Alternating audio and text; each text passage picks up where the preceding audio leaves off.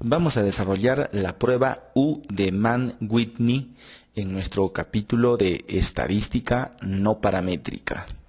Vamos a suponer que lo que estamos buscando es la comparación de dos grupos cuando la variable de estudio es ordinal. Así tenemos esta base de datos conformada por 140 casos que corresponden a niños entre 3 y 10 años de edad, en quienes se ha evaluado el grado de hipertrofia adenoidea. Pues bien, queremos saber si el grado de hipertrofia adenoidea en varones es el mismo que en las mujeres. Recordemos que el grado de hipertrofia adenoidea puede ser leve, moderado o severo. Para ello hay que ubicar nuestro análisis en el tipo de estudio. Es un estudio transversal, se ha hecho solamente una medida. Nos encontramos en el nivel investigativo relacional porque tenemos dos variables y no estamos buscando causalidad. El objetivo estadístico es comparar porque tenemos dos grupos. Y la variable de estudio es ordinal. La hipertrofia adenoidea es leve, moderada o severa.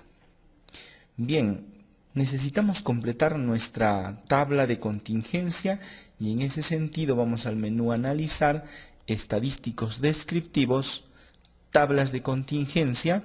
Vamos a colocar en filas el grado de hipertrofia adenoidea y en columnas el sexo de los pacientes. Recordemos además que por tratarse de un estudio comparativo, necesitamos presentar los porcentajes en columnas, es decir, hacia abajo. Los porcentajes deben ir hacia abajo puesto que se trata del objetivo comparativo. En el software eso significa que lo vamos a colocar aquí en casillas, porcentajes por columna hacia abajo, continuar y aceptar. Aquí ya tenemos nuestra tabla donde se muestra el grado de hipertrofia adenoidea en varones y en mujeres. Por ejemplo, en varones el 20% tiene hipertrofia leve, 59,6 moderado y 20,2 severo. En las mujeres 15,2 es leve, 39,1 moderado y 45,7 severo. Parece que en las mujeres el grado es mayor, por tanto, esto daría soporte a nuestra hipótesis de que el grado de hipertrofia adenoidea es distinto en varones y mujeres. Por lo tanto, los resultados de nuestra tabla ya los podemos anotar, ya tenemos estos resultados preliminares.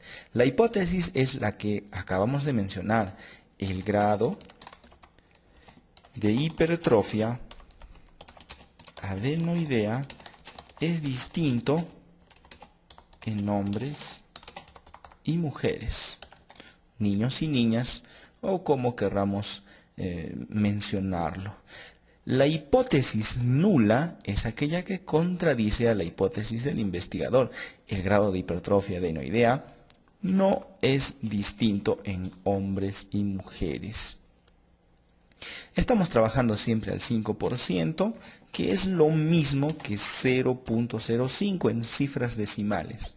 La prueba estadística que vamos a usar aquí es la prueba U de Mann-Whitney. Entonces la vamos a resaltar en amarillo para señalar que esta es la prueba que vamos a usar. Entonces calculemos el valor de U, calculemos el valor de P, interpretaremos con una de nuestras hipótesis y luego también el valor de P. Como estamos trabajando con software, no es necesario que utilicemos nuestras tablas de distribución. Eso ya quedó en el pasado, así que vamos a nuestra matriz de datos, analizar, vámonos a pruebas no paramétricas porque nos encontramos en esa zona, cuadro de diálogos antiguos. Solamente tenemos dos muestras y nuestro estudio es transversal, por eso son independientes. Tenemos dos grupos, varones, mujeres. y estudio transversal, que en este caso es independientes. Coloquemos en la variable a contrastar el grado de hipertrofia y en variable de agrupación el sexo.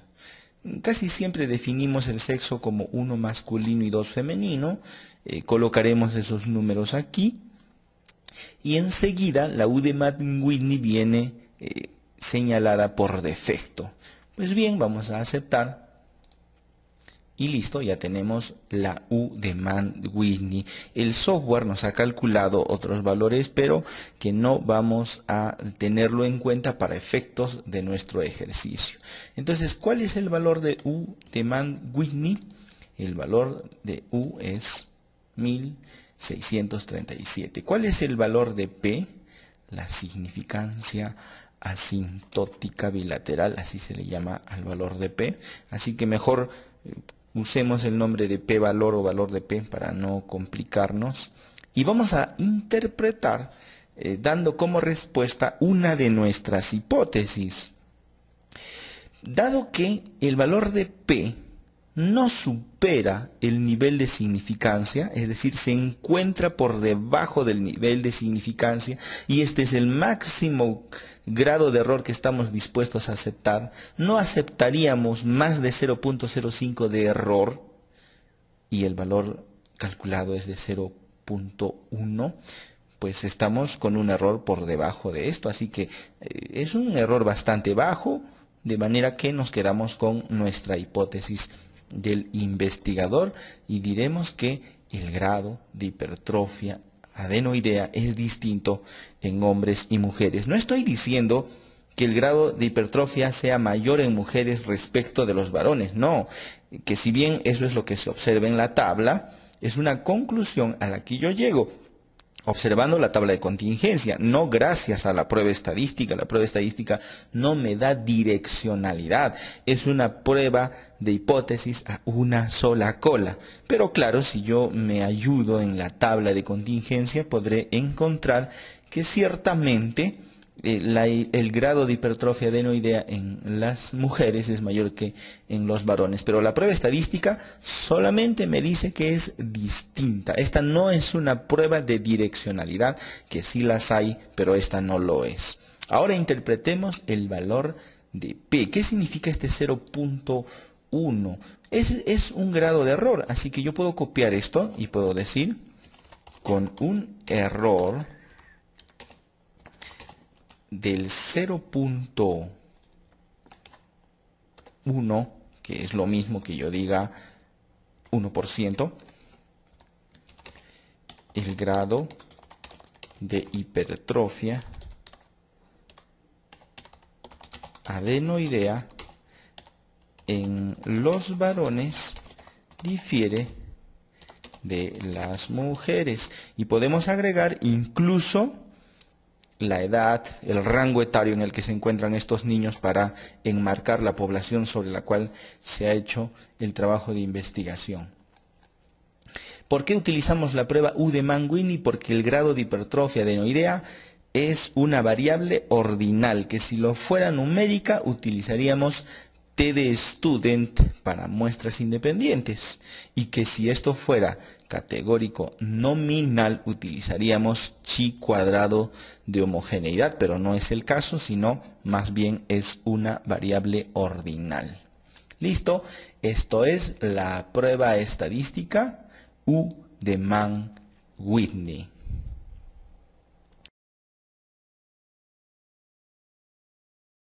Vamos a desarrollar la prueba de Wilcoxon, rangos de Wilcoxon, en nuestro capítulo de estadística no paramétrica.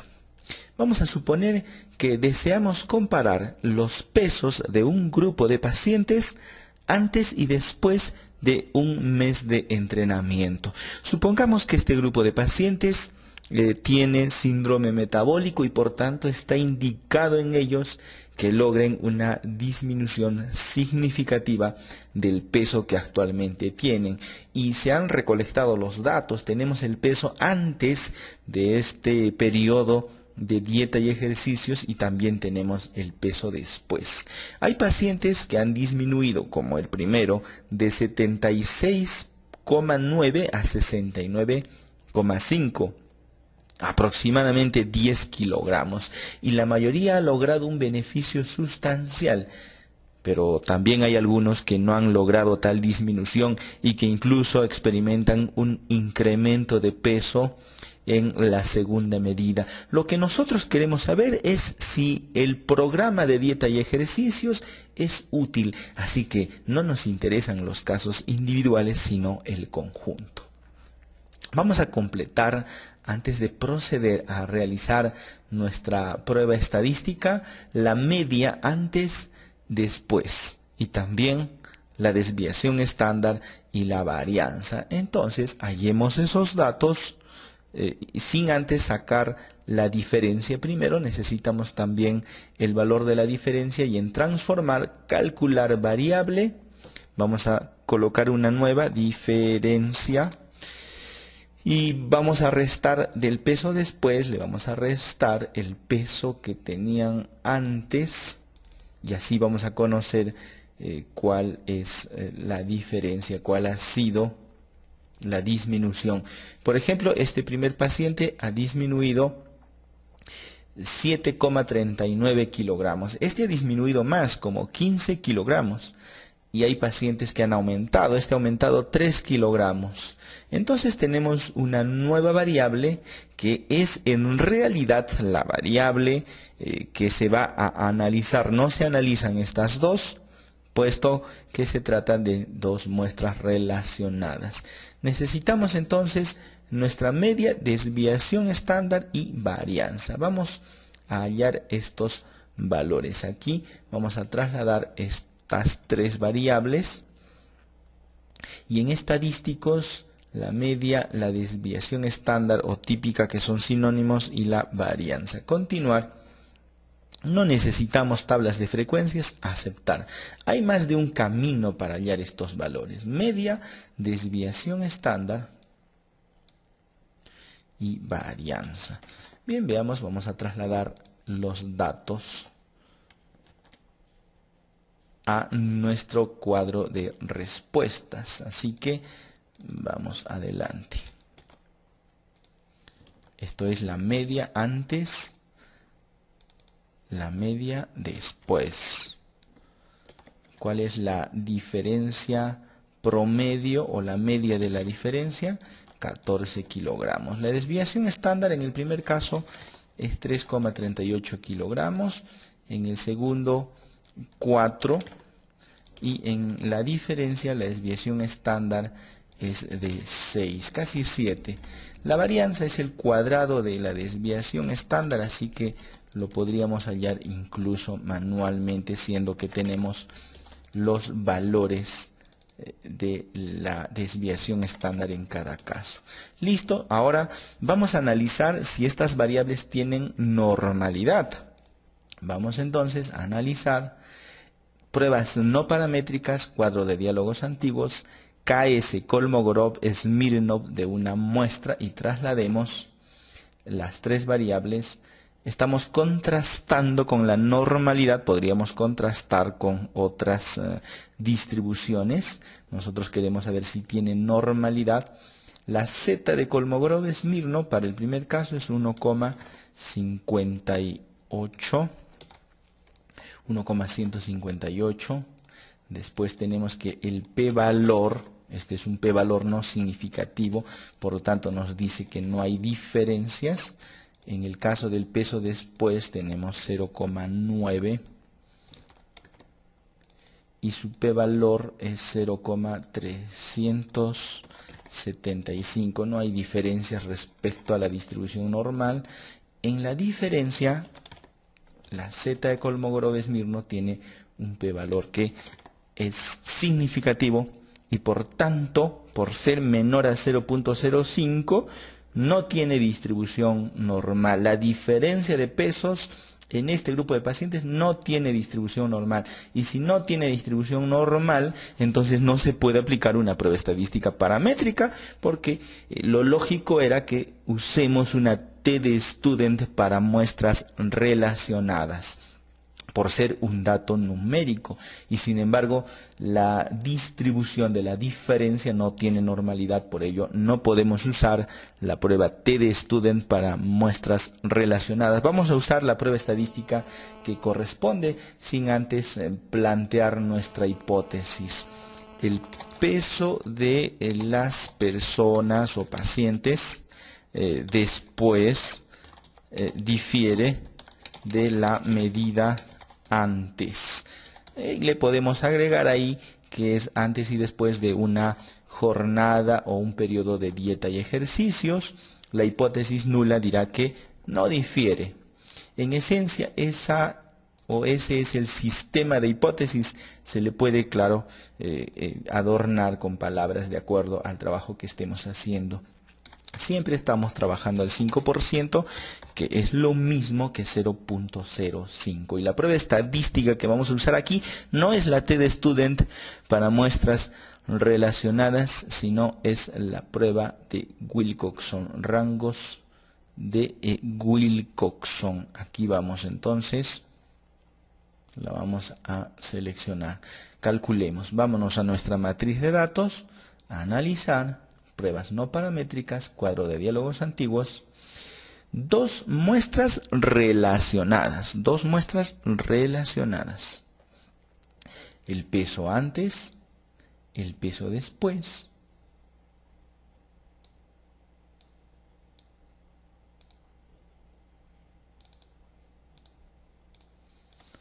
Antes, después, listo. Peso antes, peso después. La prueba estadística que vamos a utilizar es la prueba de rangos de Wilcoxon. Aceptar. Y ya tenemos el valor. Este valor es de menos 7,17, que lo vamos a colocar aquí. 7,17. El valor de P es este. Bueno, es un valor bastante bajo, el 0,0000. Lo que nos interesa es que sea menor a 0,05. Si este valor es menor que el nivel de significancia planteado, nos quedamos con la hipótesis alterna, y entonces sí, pues este grupo de mujeres o de pacientes tiene un peso distinto al que tenían anteriormente, y con una probabilidad de error que no es nula, sino que es un valor muy bajo. No es nula esta probabilidad, la probabilidad nunca es nula. Es una probabilidad tan baja que vamos a ver cuál es. Aquí la vamos a copiar. Listo, ya la tenemos. Vamos a ver qué valor es. Bien, es 7,08 exponente negativo 13, lo que antiguamente se denominaba 7,08 por 10 a la menos 13. Es un valor bastante bajo. Podemos concluir en que el peso después difiere de la evaluación antes del periodo de dieta y ejercicios, por supuesto. Así tenemos nuestra prueba estadística de rangos de Wilcoxon para comparar antes, después, una variable numérica cuando no existe normalidad. Esto es la prueba de rangos del signo de Wilcoxon.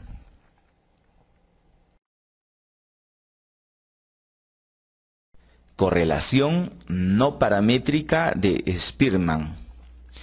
Vamos a correlacionar el grado de estrés laboral en un grupo de trabajadores con los años de servicio que vienen prestando a la institución.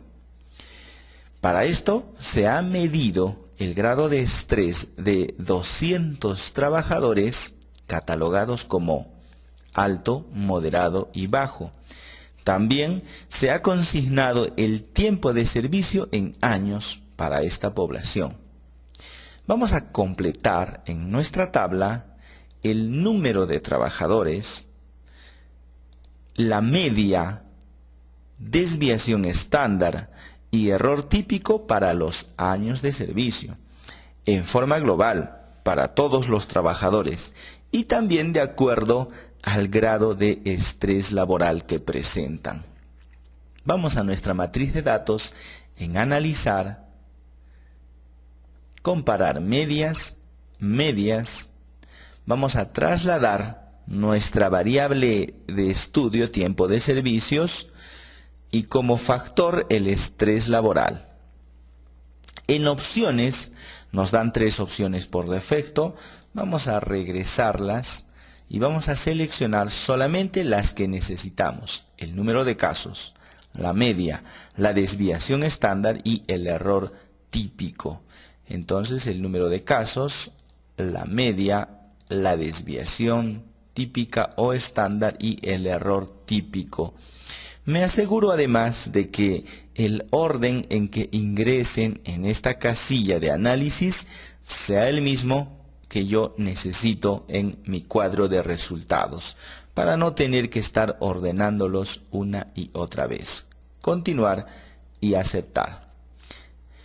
Aquí tengo ya los resultados, voy a trasladarlos a mi hoja de trabajo, copio, pero veamos que en columnas está bajo, moderado y alto, y yo en mi tabla lo necesito en la parte superior. Así que lo voy a pegar en una hoja Excel. Ya copié esta tabla, lo voy a pegar en una hoja Excel. Esto es un truco. Vámonos aquí donde dice combinar y centrar, separar celdas, y vamos a seleccionar únicamente aquello que nos interesa. Lo copiamos, nos posicionamos en otra casilla, pegado especial, vamos a poner transponer, aceptar. Listo, ya lo tenemos en el orden que lo requerimos. Número de casos, media, desviación típica y error típico de la media. Incluso podemos designar el número de cifras decimales. Por ejemplo, vamos a trabajar con 2 cifras decimales.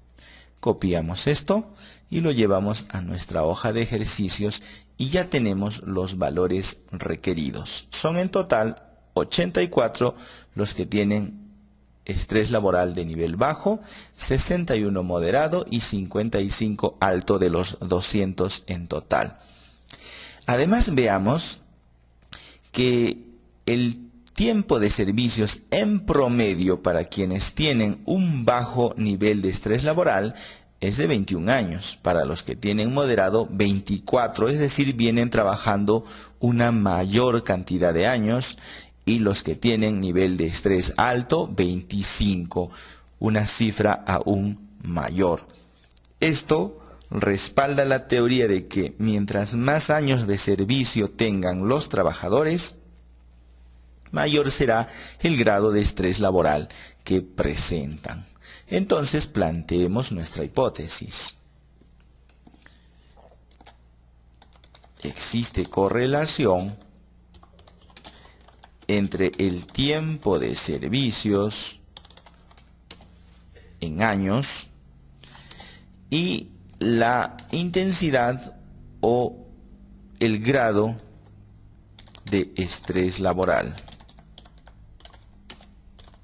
en los trabajadores. La hipótesis nula dirá exactamente lo contrario, así que vamos a anotarla. No existe correlación entre el tiempo de servicios y el grado de estrés laboral. Siempre trabajamos a un 5% de nivel de significancia, que es lo mismo que 0.05. En este caso vamos a utilizar la correlación de Spearman, la vamos a resaltar. Y vamos a calcular el valor de ρ. Esto es muy similar a la correlación de Pearson. Entonces vamos a calcular este valor en nuestra matriz de datos, analizar, correlación bivariada. Seleccionamos las 2 variables a correlacionar, trasladamos al cuadro de diálogo y como vemos aquí viene por defecto el valor de Pearson, lo deshabilitamos y esta vez escogemos Spearman. Aceptar. Este es el valor del coeficiente de correlación Rho de Spearman, 0,239. 0,239. Listo. Necesitamos también el valor de P para ver si esto es significativo o no. Bueno, de acuerdo con este resultado es 0,001. 0,001.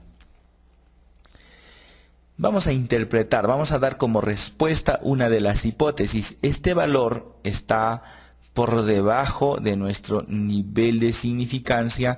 El software nos da como resultado las cifras con coma decimales, pero nosotros podemos trabajar con puntos. Este valor se encuentra por debajo del nivel de significancia y por tanto es un error tan bajo que nos quedamos con nuestra hipótesis alterna. Es decir, que rechazamos la hipótesis nula, que es la primera, y nos quedamos con la alterna que dice: existe correlación entre el tiempo de servicios y el grado de estrés laboral. Pero además podemos interpretar el coeficiente de Rho. El valor de Rho oscila entre 0 y 1, y en este caso se encuentra en este rango. El 0.239 se encuentra en este rango y por tanto es una baja correlación. Si bien existe una correlación entre los años de servicio y el estrés laboral, esta correlación es baja. Quiere decir que su valor predictivo para los trabajadores con mayor tiempo de servicios es muy escasa y que habrían otros factores que están influyendo en la causa del estrés laboral en esta población. Esta es la correlación no paramétrica Rho de Spearman utilizado en estudios transversales de nivel investigativo relacional, porque tenemos solo dos variables, el objetivo estadístico correlacionar, y tenemos una variable numérica que son los años de servicio y una variable ordinal, el estrés laboral. Basta que una de estas dos variables sea ordinal para que no podamos aplicar una correlación paramétrica, y en este caso utilizamos la Rho de Spearman.